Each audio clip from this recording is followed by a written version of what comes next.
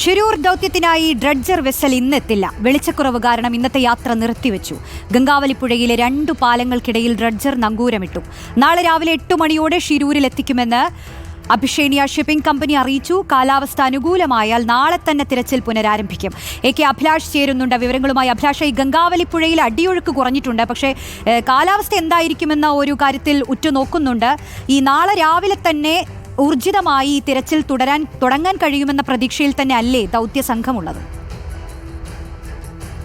ഷിരൂരിൽ മണ്ണിടിച്ചിലിനെ തുടർന്ന് കാണാതായ കോഴിക്കോട് സ്വദേശി അർജുനെ അടക്കമുള്ള 3 പേരെ കണ്ടെത്തുന്നതിന് ഡ്രഡ്ജർ എത്തിച്ച് പരിശോധന നടത്താൻ കഴിയുമോ എന്നുള്ള ചോദ്യത്തിനാണ് ഇപ്പോൾ ഉത്തരമായിരിക്കുന്നത്. ഡ്രഡ്ജർ ഇന്ന് പുലർച്ചെ കാർവാറിൽ നിന്നും ഷിരൂർ ഭാഗത്തേക്ക് എത്തിക്കഴിഞ്ഞിട്ടുണ്ട്. രാവിലെ തന്നെ ഗംഗാവലിപ്പുഴയുടെ താഴ്ഭാഗത്ത് ഡ്രഡ്ജർ എത്തി. 9 മണിക്ക് എത്തിയ ഡ്രഡ്ജർ പിന്നീട് 7 മണിക്കൂറോളം കാത്തു നിന്നതിന് ശേഷമാണ് ഈ ഗംഗാവലിപ്പുഴയുടെ താഴ്ഭാഗത്തുള്ള ഈ ഗംഗോത്രി പാലം കടത്തിവിട്ടത്. അതിൽ പ്രധാനമായും ഈ ഗംഗോത്രി പാലത്തിൻ്റെ ഉയരക്കുറവായിരുന്നു പ്രധാനപ്പെട്ട പ്രശ്നം.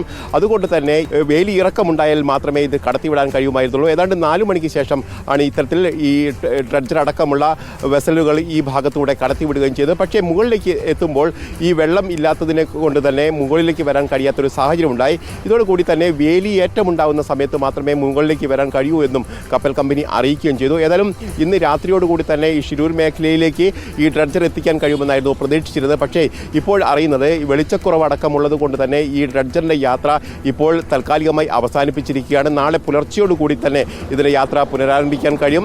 രാവിലെ 8 മണിയോടുകൂടി ഷിരൂരിലെ ഈ ദുരന്ത മേഖലയിലേക്ക് ഡ്രഡ്ജർ എത്തിക്കുമെന്നാണ് ഇപ്പോൾ നമ്മെ അറിയിച്ചിരിക്കുന്നത്. ഏതാണ്ട് 4 മണിക്കൂർ വേണ്ടിവരും ഈ ഡ്രഡ്ജർ എത്തിയാൽ തന്നെ അതിലെ ഇപ്പോൾ അടിച്ചു മാറ്റിയിരിക്കുന്ന പല ഉപകരണങ്ങളും ഘടിപ്പിക്കുന്നതിന് വേണ്ടി. അങ്ങനെയാണെങ്കിൽ എന്നാൽ ഉച്ചയോടുകൂടി മാത്രമേ ഈ ദൗത്യം പുനരാരംഭിക്കാൻ കഴിയൂ എന്നാണ് ഇപ്പോൾ നമുക്ക് മനസ്സിലാക്കാൻ കഴിയുന്നത്. ഏതായാലും അതിനിടയിൽ തന്നെ നാവികസേന ആ മേഖലയിൽ പരിശോധന നടത്തും. പ്രത്യേകിച്ച് ആദ്യഘട്ടത്തിൽ നടത്തിയ പരിശോധനയിൽ ലോഹഭാഗങ്ങൾ കണ്ടെത്തിയ സ്ഥലം കേന്ദ്രീകരിച്ച് തന്നെയായിരിക്കും നാളെയും പരിശോധന നടക്കുക. ഇപ്പോൾ ലോറി ഉണ്ടെന്ന് കരുതുന്ന ആ ഭാഗത്ത് ഏതെങ്കിലും തരത്തിൽ സ്ഥാനവ്യതിയാനം സംഭവിച്ചിട്ടുണ്ടോ എന്നുള്ള കാര്യങ്ങളടക്കം ഈ പരിശോധനയിൽ വ്യക്തമാകും.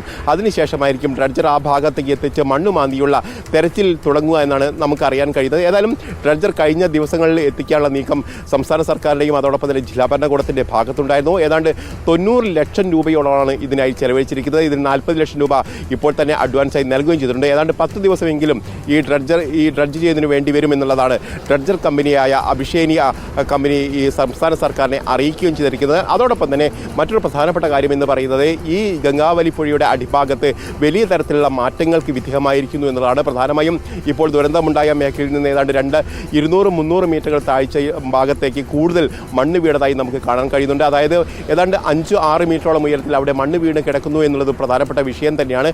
ഈ ഭാഗത്ത് കൂടി തെരച്ചിൽ നടത്തണമെങ്കിൽ കൂടുതൽ സമയം വേണ്ടിവരുമെന്നുള്ള കാര്യം കൂടിയാണ് ഇപ്പോൾ നമുക്ക് മനസ്സിലാക്കാൻ കഴിയുന്നത്. ഏതായാലും ആദ്യഘട്ടത്തിൽ കഴിഞ്ഞ ദിവസം നാവികസേന കണ്ടെത്തിയ ആ സ്ഥലം കേന്ദ്രീകരിച്ചുള്ള സ്ഥലത്ത് തന്നെയായിരിക്കും പരിശോധന നടത്തുക. അവിടെ ട്രക്ക് കണ്ടെത്താൻ കഴിയുമെന്നുള്ള പ്രതീക്ഷ തന്നെയാണ് ഇപ്പോഴുള്ളത്. ഏതായാലും അതിനുള്ള പ്രവർത്തനങ്ങൾ രാവിലെ തന്നെ തുടങ്ങാൻ കഴിയുമെന്ന് തന്നെയും കരുതുകയും ചെയ്യുന്നു. ശരി.